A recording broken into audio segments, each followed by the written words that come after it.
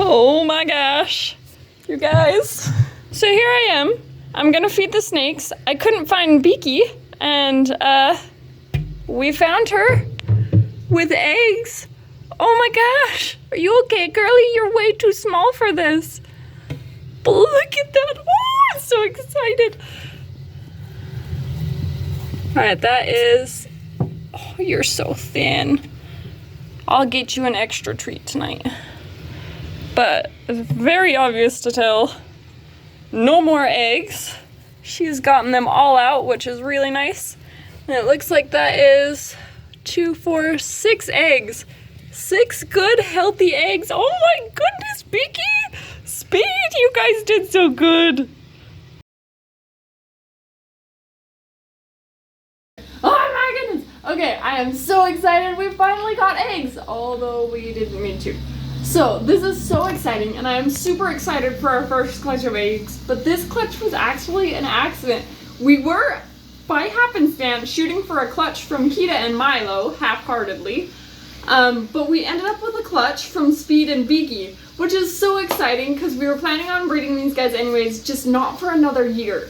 Now, this isn't the best thing because Beaky's really small.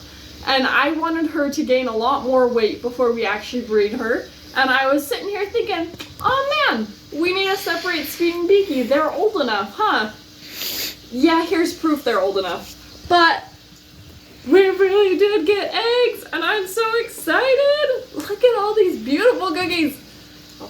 And the amazing part, which is incredible to me, is the fact that not only did we get 6 eggs, but we got 6 insanely healthy eggs. There's hardly even any blemishes on these things. So the first thing we're gonna do, my markers ran away, 1 second. The first thing we wanna do, since I am being overly cautious with all of this because it's our first clutch and we don't wanna screw anything up, is we are going to mark the tops of the eggs with a marker so that we know which way is up and which way is down. Some people think that the eggs rolling can be a bad thing, but that's still in a little bit of debate. But better safe than sorry. So we will go and we will mark the tops of all of the eggs. We'll just give each egg a little mark on the top so we know which is which. These eggs aren't very taut, but it's actually got me a little bit worried. Hope they didn't dry out too much because we didn't know they were coming, so I don't know how old they already are. Alright, so next thing we're gonna do is we get to candle the eggs. Let's build the incubator first. That would be smart. Have the incubator ready for after I pull these eggs apart. So,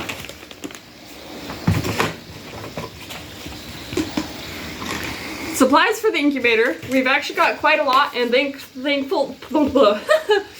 Supplies for the incubator. We actually had 90% of it because we're farmers. So by happenstance, we had an incubator sitting by. So this is our chicken egg incubator, which we are going to use for the snakes. The big things you want for an incubator is you want insulated sides, which the styrofoam does great. That's what's inside of your coolers. You can also build incubators out of drink coolers as well. But we have our insulated sides. There's a little bit of ventilation on the top, which is perfect. And then we're going to use perlite to keep the humidity up, as well as a herpostat, sorry, as well as this herpostat to be able to make sure that the temperatures and humidity stay exactly where we need them to. So let's start by mixing up our perlite. We got our big bucket, and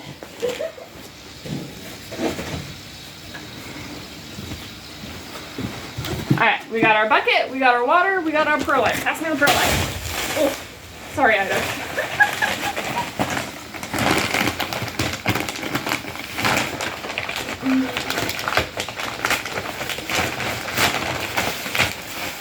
So we don't want a whole bunch of perlite because we don't have a whole bunch of snakes. I think that should be about right. And we are going to mix the perlite with water to the point that the perlite sticks together, but it doesn't actually drain. So let's see how close we can get on that. More water. This is all a learning experience. You guys got to come along with us for doing this the first time, and we'll show you all the good and all the bad.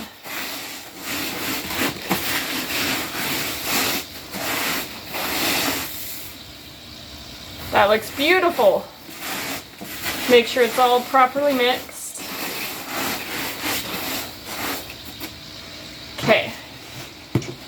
Now, sticky hands. We are ready to prep the incubator. So you'll take off the top here. Corn snakes are actually super good because you can have variation in their temperatures. In all of my research, I've been learning that they could be held anywhere. The eggs could incubate anywhere from room temperature to about 84 degrees. And I am going to go straight in the middle. Better safe than sorry, like usual. So we're going to hit it. Our temperature will stay at 82 is where I'm going to set my herpostat to. We'll spread that around nice and good.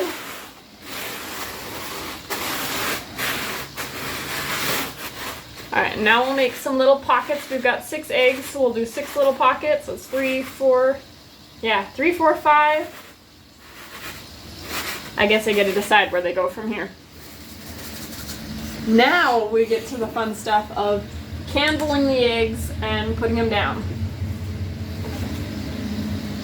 This clutch is actually super exciting because, like we said, we were planning on breeding Speed & Beaky for a couple very specific genetics, and that is the one we're really excited about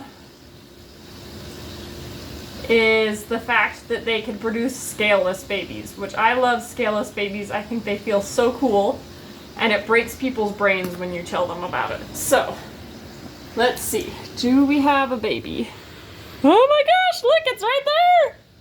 Can you guys see all the veins at the clump? It's about where I've marked it with the marker. There's a big clump of veins right there. That means these eggs are perfectly fertile. Can you see it good? Oh, I'm so excited! I'm sorry, I can't hold still because I'm so excited. And I made these divots way too big. But this egg is gonna go right here. Give it a little place to be.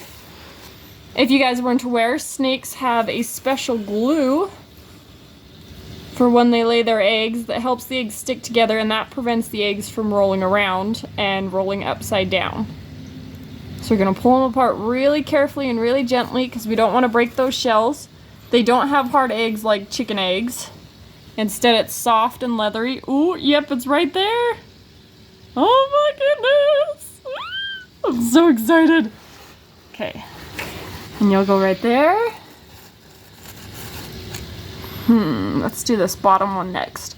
This bottom one is my most concern because it does have a little bit of a window right here, but I'm really not concerned about that one at all.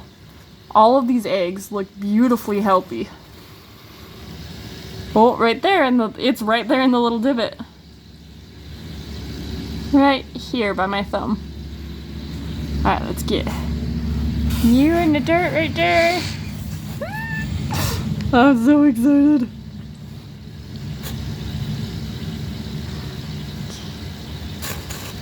I'm surprised at how well these are pulling apart. Hopefully that means they're relatively fresh. So that one doesn't have as much, but you can still see the mass right there.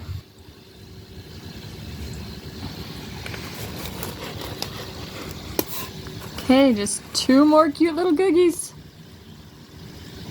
Pull them apart.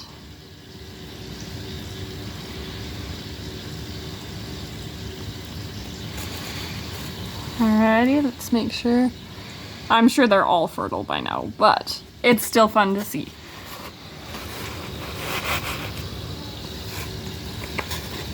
And the last little egg. Right there. They're all fertile. That is so super exciting. Which we will put right here.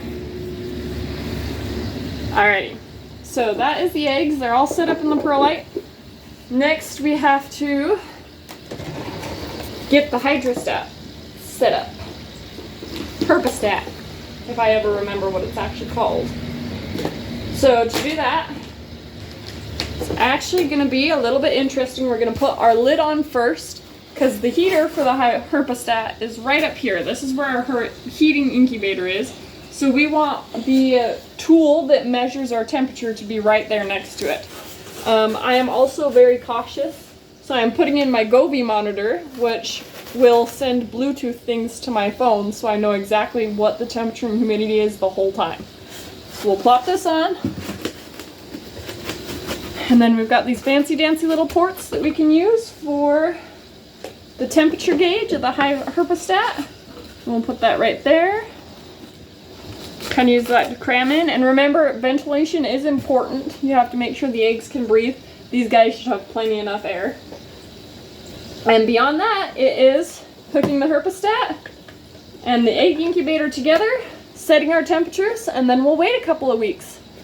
Yay! So this is part of what we're talking about, why we think it's bad that they had the eggs right now. Because she is looking so thin because she is a small snake. I wanted her to be much larger, but this is the proud mama. She looks so good. She's definitely gotten all those eggs out, and she's already looking better because we've just fed her. So hopefully she gets better and we can help her gain that weight back nice and quick. And here's the proud papa.